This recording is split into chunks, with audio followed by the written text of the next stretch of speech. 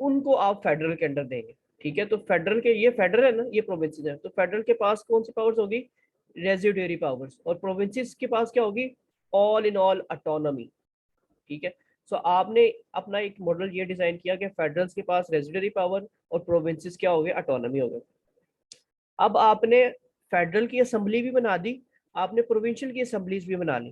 اب ان اسمبلیز کے اندر چلنا کیسے, دیکھ رہے ہیں نا ہم آہستہ آہستہ اس کو نیرو ڈاؤن کریں. آپ نے فیڈرل کی اسمبلی بنا لی, پروونس کی اسمبلی بنا لی, تو اب رول بناتے ہیں کہ فیڈرل کی اسمبلی کو کیسے چلانا ہے اور پروونس کی اسمبلی کو کیسے چلانا ہے.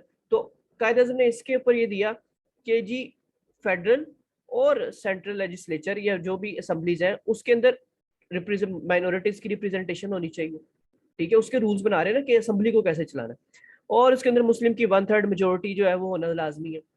ٹھیک ہے, کوئی بھی کیبنٹ جو ہے وہ 1/3 کے بغیر, یہ ایک ہی پوائنٹ ہے, کہہ لیں اس کے 2 پوائنٹ آپ کر کے پیش کیے ہوئے ہیں, یہ ہے ویسے ایک ہی پوائنٹ مین کہ 1/3 میجورٹی کے بغیر کوئی سینٹرل لیجسلیچر میں کوئی قانون نہیں پاس ہو سکتا جب تک کہ 1/3 میجورٹی مسلمانوں کی وہاں موجود نہ ہو, اور کیبنٹ میں کوئی کیبنٹ 1/3 مسلمس کے بغیر نہیں ہونی چاہیے.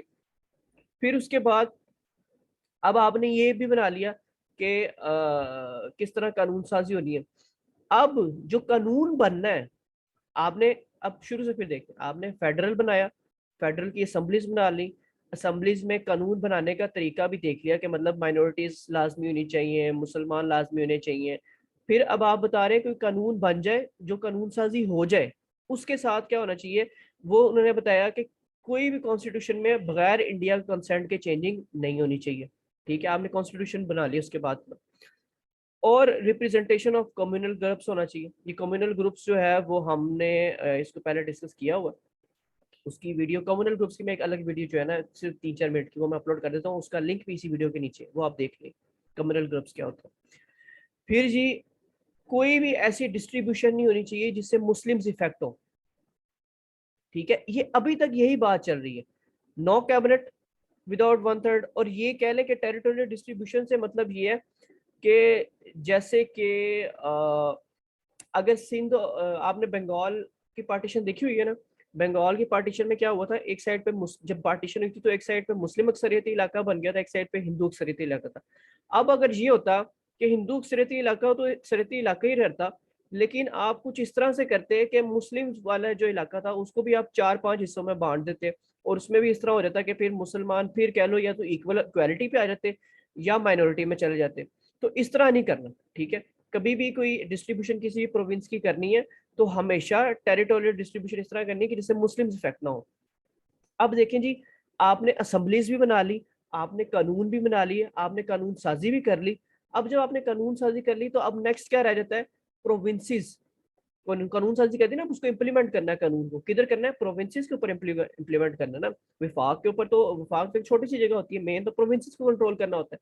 جب آپ نے اس کو پروونسز پہ جب کرنا ہے تو پروونسز کی سیپریشن کو بھی سب سے پہلے آپ نے دیکھنا ہے. تو اس کے لیے آپ کو پتا ہے ایک ڈیمانڈ مسلمانوں کی بہت پرانی چلتی آ رہی تھی, تو یہ تو آپ کو بھول ہی نہیں چاہیے کہ سندھ کی بامبے سے سیپریشن ہونی چاہیے. یہ آپ کو ہر 1919 میں بھی آپ کو یہ مسلمانوں کی ڈیمانڈ ملے گی, آپ کو اس کے بعد 1909 میں بھی آپ کو یہ مسلمانوں کی ڈیمانڈ ملے گی. اچھا جی, اور اس کے بعد کیونکہ اب پروونسز کی بات ہو رہی ہے, فیڈرل کو آپ نے بنا لیا, کانسٹیٹیوشن آپ نے بنا لیا, کانسٹیٹیوشن کو امپلیمنٹ کرنا ہے نا. سو کانسٹیٹیوشن امپلیمنٹ اس طرح سے ہو رہا ہے کہ پروونسز کو کس طرح بانٹنا ہے.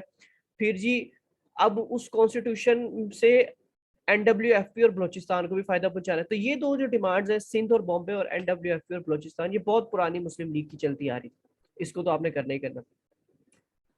اب آپ نے پروونسز کو بھی بانٹ دیا, اور پروونسز کی آپ نے ٹیریٹری بھی ڈیفائن کر دی, آپ ہر جگہ پہ ریفارمز بھی لے آئے. اب ملک کو چلانا کیسے, ٹھیک ہے, کاغذی کام آپ نے سارا کر دیا, اب کاغذی کام سے آگے نکل کے ملک کو چلانا ہے فزیکلی. سو اس کے لیے کیا چیزیں ہونی چاہیے. اب یہ تو ایک عام سی بات ہے نا کہ ہر ریلیجیس لبرٹی ہونی چاہیے, کوئی بل ایسا پاس نہیں ہونا چاہیے جس سے کوئی کمیونٹی ہرٹ ہو, اور مسلمس کا ہر چیز کے اندر ایک کوٹا سسٹم ہونا چاہیے, ہر جاب کے اندر, ہر گورنمنٹ سیکٹر کے اندر, ہر یونیورسٹی کے اندر, ہر سنڈیکیٹ کے اندر مسلمس کا ایک شیئر ہونا چاہیے. سو یہ کہہ لیں کہ اب آپ فزیکلی ایک ریاست کو چلانے کے لیے کچھ قانون بنا رہے ہیں. وہ یہ ہے کہ ریلیجیس لبرٹی ہوگی, اور کوئی بھی بل کسی کمیونٹی کے اگینسٹ نہیں پاس ہوگا, مسلمس کا ہر سروسز کے اندر کوئی نہ کوئی شیئر ہوگا, اور جو کانسٹیٹیوشن ہوگا وہ مسلمس کے کلچر کو پروٹیکٹ کرے گا, اور ایجوکیشن کو اور لینگویج کو ریجن کو یہ ان سب کو جو ہے وہ پروموٹ کرے گا. ٹھیک ہے, تو یہ کہہ لیں ایک ریاست فزیکلی تبھی چلتی ہے جب وہاں پر ریلیجیس لبرٹی ہو, وہاں پر مائنورٹیز نہ افیکٹ ہو رہی ہو, کیونکہ ہم مسلمس کی نمائندگی کریں نا, تو ہم ایسی اسٹیٹ بنائیں گے جس میں مسلمس کے زیادہ فائدے ہوں. سو مسلم کا ہر اس کے اندر شیئر ہونا چاہیے, مسلمس کی ایجوکیشن ہونی چاہیے, مسلمس کی جو لینگویج ہے اس کی قدر کرنی چاہیے, مسلمس کا جو ریلیجن ہے اس کی قدر کرنی چاہیے, مسلمس کے کلچر کی قدر کرنی چاہیے. تو یہ اب فزیکلی ایک اسٹیٹ چلانے کی طرف آ رہے ہیں. سو دیکھیں کتنا سمپل ہے. اگر آپ اس کو بریک ڈاؤن کر لینا کہ سب سے پہلے کیا کرنا ہے, سب سے پہلے یہ ریویو کرنے لگے ہم پورے کو. سب سے پہلے آپ نے کیا کرنا ہے, وفاق بنا لیا, اور آپ نے سب سے پہلے ایک ملک بنا لیا. ایک ملک میں سب کیا بنتا ہے, وفاق اور پروونسز. وفاق کیسے چلانا ہے, کیا کرنا ہے وفاق کے اندر, وفاق کے پاس کون سی پاورز ہوں گی, ریزیڈری پاورز ہوں گی. اگر وفاق کے پاس ریزیڈری پاورز ہیں, اس کا مطلب پروونسز کے پاس کیا ہے, اٹانومی ہے, اور سب سے زیادہ پاورز کس کے پاس ہے, پروونسز کے پاس ہے. اب آپ نے پروونسز بنا لی, پروونسز کے بعد اسمبلیز بنانی ہے. تو اسمبلیز کے اندر کیا رول ہونا چاہیے کہ مسلمس کا 1/3 جو ہے وہ سینٹرل لیجسلیچر میں ہوگا, اور کوئی بھی کیبنٹ مسلمس کے بغیر نہ ہو, اور کوئی بھی چینج کانسٹیٹیوشن میں چینج ہے وہ انڈیا کے کنسنٹ کے بغیر نہ ہو. اور پھر اس کے بعد جی آپ نے یہ بنا لی ہے, اسمبلیز بنا لی. اب اسمبلیز بنانے کے اندر آپ نے ایک چیز اور دیکھنی ہے کہ پروونسز کو کیسے بانٹنا ہے. اس میں آپ کی جو مین کہہ لو مسلمس کے فائدے کے لیے چیز تھی وہ یہ تھی کہ سندھ اور بامبے کو علیحدہ کرے, اور NWFP اور بلوچستان میں ریفارمس لے کرے. تو یہ آپ نے پروونسز کو بھی دیکھ لیا. اب آپ نے پروونسز کو بھی دیکھ لیا, تو اس کے بعد اب آپ نے کیا کرنا ہے, آپ نے اس ریاست کو چلانا ہے, رن کرنا ہے. اس کو رن کرنے کے لیے ضروری ہے کہ وہاں پر ریلیجیس لبرٹی ہو, وہاں پر مسلمس کے مفادات کو کہہ لیں کہ پروٹیکٹ کیا جا رہا ہو, وہاں پر مسلمس کی ایجوکیشن, مسلم اسکول ہو الگ سے ایجوکیشن کے لیے, ایک لینگویج کے لیے, اور ریلیجن کے الگ سے پروٹیکشن یونٹس ہوں. سو یہ ساری باتیں اگر آپ اس کو ایز اے خود یاد رکھ رہے ہیں کہ میں اگر ایک سوسائٹی کا یا ایک کنٹری کا پریزیڈنٹ ہوں, اور پھر اس کو آپ خود نیرو ڈاؤن کر کے آنکھیں بند کر کے ایک دفعہ سوچیں, تو آپ کو یہ پوائنٹس بڑے آرام سے یاد ہو جاتے ہیں. اصل مسئلہ یہ ہے کہ ہم نے 9th 10th یا فرسٹ ایئر سیکنڈ ایئر میں یہ پڑھے ہوتے ہیں, اور ہم ان سے ہمیشہ سے ڈر رہے ہوتے ہیں کہ قاعدہ کی 14 نکات جو ہے وہ بڑے مشکل ہے اور یاد نہیں ہوتے ہیں. لیکن اگر آپ اس کو ذرا سا تھوڑا سا کرٹیکلی اس کو دیکھیں نا, تو یہ سب سے آسان ہے. ٹھیک ہے جی, آج کے لیے ویڈیو کے لیے اتنا ہی. انشاءاللہ نیکسٹ ویڈیو میں ہم تھوڑا فاسٹ فارورڈ کریں گے چیزوں کو.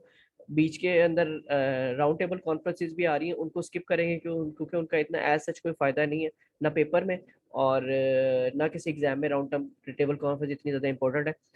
سو مین امپورٹنٹ ایونٹ جو ہے اس کو ہم اگلے لیکچر میں ڈسکس کریں گے. اس لیکچر کے لیے میرے چینل کو لازمی سبسکرائب کر لیے گا, اور بیل آئکن لازمی دبا دیجیے گا.